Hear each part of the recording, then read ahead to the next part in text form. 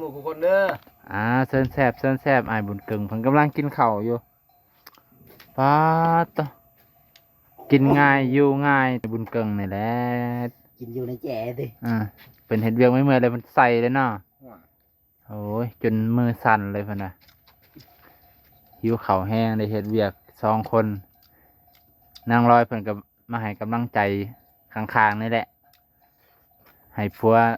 พอบ่เมื่อยแต่ก็เมื่อยคือเก่าเนาะบ่มันหิวข้าวแม่นบ่อ้ายเห็นว่าเห็นหน้ามีอะไรบ่เมื่อยกำลังใจ2 คน3 คนก็เมื่อยคือเก่าเลยมันหิวเนาะถูกต้องแล้วเป็นอยากแน่น อยากเนาะโอ้ยหิวนำเด้อยากหยังเนาะ อยากหยังแม่นี่ อยากกินหน่อไม้ อยากกินหน่อไม้ ไม่ ต้องให้อันนั่งร้อยไปหาแล้วไปนี่ปะลูกก็บ่ได้พี่น้องนางบุญเพ็งก็ยังทันใหญ่พอสิเบิ่งน้องคุ้มพี่น้องเป็นตาแซ่บน้ำอ้ายบุญเกิงบ่อ้าวนี่แหละไป เราย่านเฝ้านงอยากน้ำเฝ้ากินเฝ้านี้แล้วล่ะเฮ็ดอ้ายบุญเกิงที่ว่ารวดเร็วทันใจกินเป็นตะแค่นนะอ้ายเพิ่นกินยำแบบว่าเป็นได้ผัวจะกินเฮานี่กระเพาะบ่ดีไปนี่ผัวให้กำลังใจผัวก่อนกินแบบว่ากินได้ไวนี่เฮาบ่อยากอันนั้นแขนไว้นะเฮาเป็นแขนเจ้าบ่ได้กินกะยาสวัสดีเนาะสบายดีจ้ะแม่สวัสดีจ้าสวัสดีพ่อน้องสวัสดีสวัสดีครับสวัสดีจ้าเนาะคืออยากให้เลยผู้น้อยนี่บ่ให้ติคือเฮ็ดหน้าจังซั่นโอ้ยบ่คือยังหายคนเลยบัดนี้เจ้าของบ่ได้กินกะยาน้องลอยว่ะไอ้เกิงว่าบ่คิดอยากให้คนเลยกินนี่ผัวจังหายบ่แสดงว่าเมื่อกี้นี่อยากฆ่าแห้งมืดถ้ามันหิวข้าวแล้วเบิ่งเมียนี่บ่เยอะเบิ่งเขาเฮ็ดงานนำกันนี่แหละบ่ยันเบิ่งเมียเป็นม่านเด้อห่วยบ่แม่นใส่เรียนในดอกสักนี้ก็ติดต่อว่าแล้วคนเฮามันหิวข้าวโอ้ยพี่น้องยามหิวข้าวนี่อารมณ์มันอยากเสียแน่บ่ติกันเนาะแม่นบ่ทางหลายนางร้อยเพิ่นก็ให้กำลังใจผัวกินข้าวแล้วขอกินเลยเจ้าคือบ่หอมแก้มผัวแน่เจ้าไปกินได้ร้อยได้จะไหนหิวกินข้าวแล้วตอนนี้ตอนนี้บ่ายพอดีตอนนั้นแหละบ่FC เป็นห่วงเจ้ายันเมื่อยเนาะแม่นน้ำนี่เด้บ่ได้ชุบชุบบ่ได้แล้วชุบบ่ได้แล้วไปอาบน้ำห้องพุ่นน้ำให้น้ำแล้วจ้ะโอ้น้ำสระน้ำบ่ตักเอาขึ้นมาอาบปาแสดงว่าใส่บ่ได้แล้วซั่นเนาะ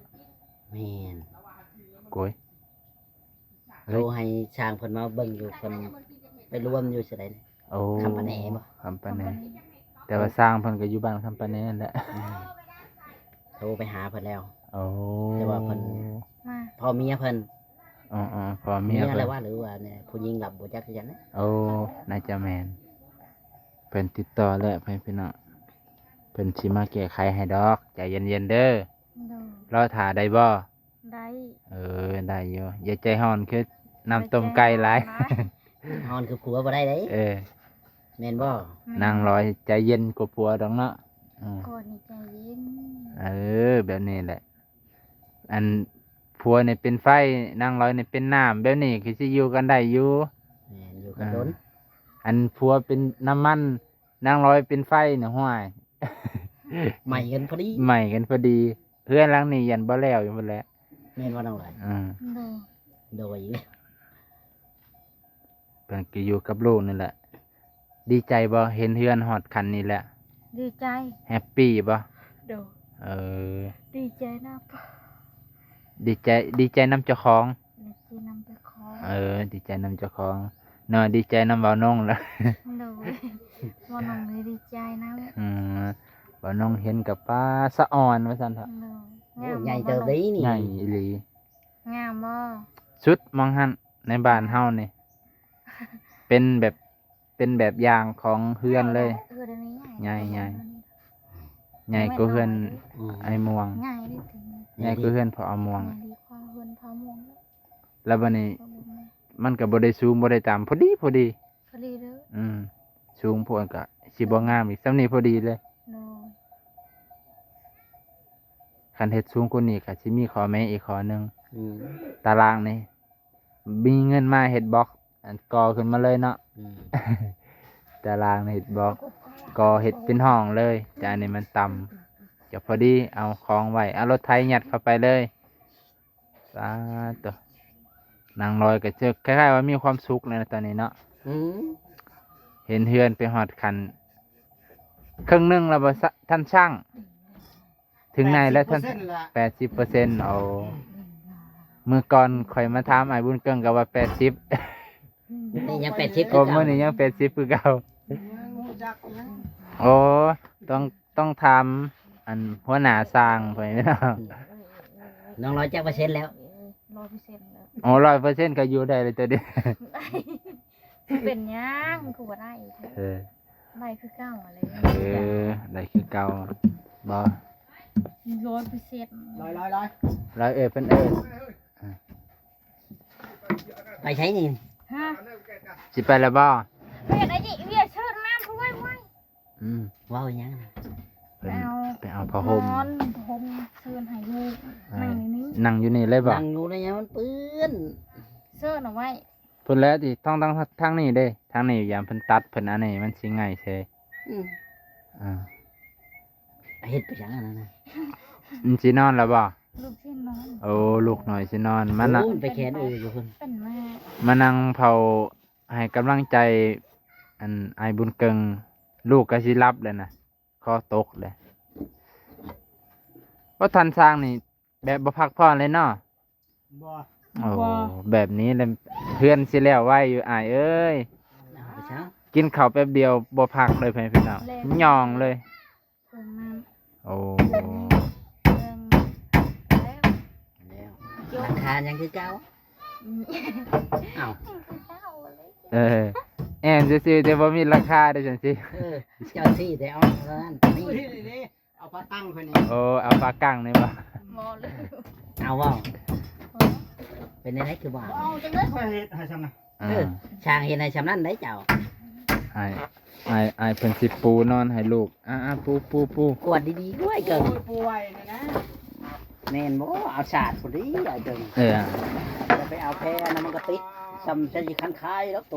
มันสิบ่ออกได้อ้ายเอ้ยก็เดี๋ยวสิปูให้ร้านหน่อยนอนแล้วซั่นเถอะ เพราะว่าเนาะบ่กวดเลยมันติดทิ่มก็แล้วแต่ใช่บ่ได้ บ้าน เลยเด้ ตู้มันดอก เออ ว่าเอาคือคันเด้ปัจจุบันแล้วเนาะ อย่างนั้นน่ะ เพิ่นสิกวด นั่นแห เด้ ละไม่พอย โอ้ไม่พอย มันจะไม่พออัตโนมัติ อัตโนมัติเลย เอาไก่ไปเลี้ยง อ่า ปวดใจจะนอนได้ไร กวดเลย